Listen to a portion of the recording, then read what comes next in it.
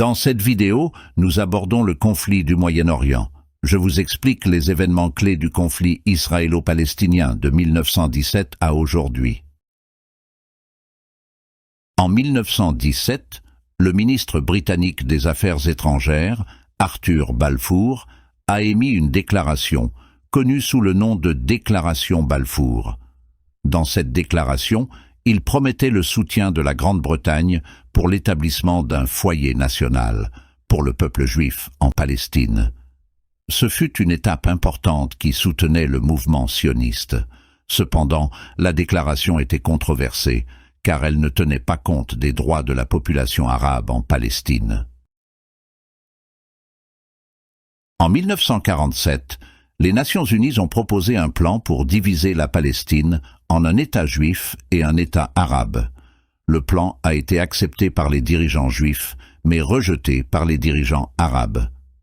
La division a conduit à des tensions et des conflits supplémentaires dans la région et a marqué le début du conflit arabo-israélien. Le 14 mai 1948, l'État d'Israël a été officiellement fondé. Cela a conduit à la première guerre arabo-israélienne, qui a duré jusqu'en 1949. Au cours de la guerre, Israël a pu étendre considérablement son territoire. Cette guerre a jeté les bases de nombreux conflits ultérieurs dans la région. En 1967, Israël a lancé une attaque préventive contre ses voisins Égypte, Jordanie et Syrie. En 6 jours, Israël a conquis de vastes territoires, y compris Jérusalem-Est, la Cisjordanie et la bande de Gaza. Cette guerre a transformé le paysage géopolitique du Moyen-Orient et a exacerbé les tensions entre Israël et les États arabes. En 1973, l'Égypte et la Syrie ont attaqué Israël dans le but de récupérer les territoires perdus lors de la guerre des 6 jours. Bien qu'Israël ait été pris au dépourvu initialement, il a finalement réussi à repousser les attaquants et à gagner la guerre. Le conflit a conduit à une réévaluation de la politique de sécurité israélienne et à des négociations de paix avec l'Égypte.